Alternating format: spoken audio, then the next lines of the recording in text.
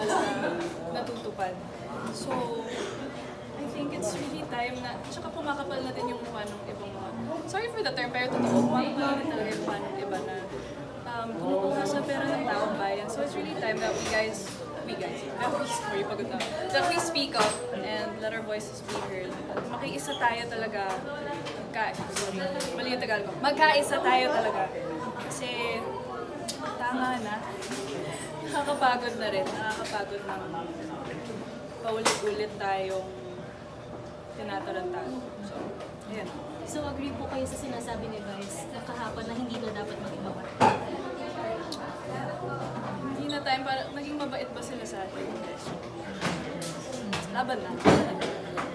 Janela, meron ka bang ibinoto last election na pinagsisihan na? Wala. Perfect. Tama naman lahat ng binoto. Tama. So anong masasabi mo sa mga kabataan ngayon na sila yung mas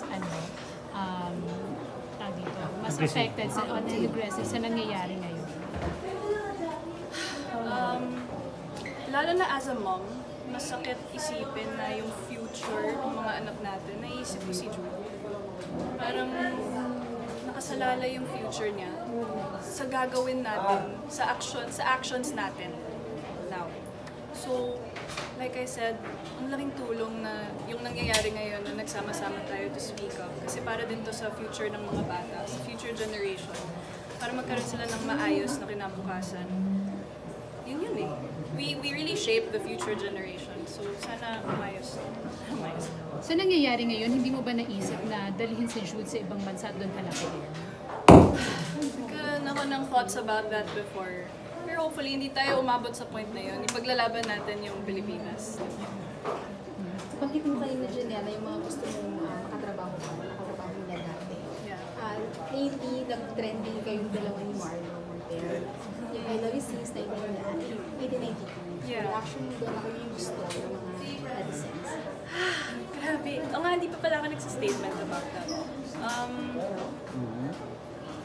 Honestly, medyo nalungkot din naman ako na nakita ko na may iba na. Pero gusto ko rin, syempre, it's a very well-written book. So, hopefully, maano siya ng maayos, ma-represent din maayos. Ano naman, magagaling naman ng mga artista yung kinuha nila. Ayun, yun lang naman. Hindi na ba kayo nagkaroon ng pag-uusap ng writer naman? Hindi na eh. As in, nagulat na lang din ako. Pero, no hard feelings naman. I'm sure they know what they're doing. Reaction na lang po kasi syempre yung mga napili din na bash na sila at sa Facebook wala kang reactions. Honestly, wala akong ma-react.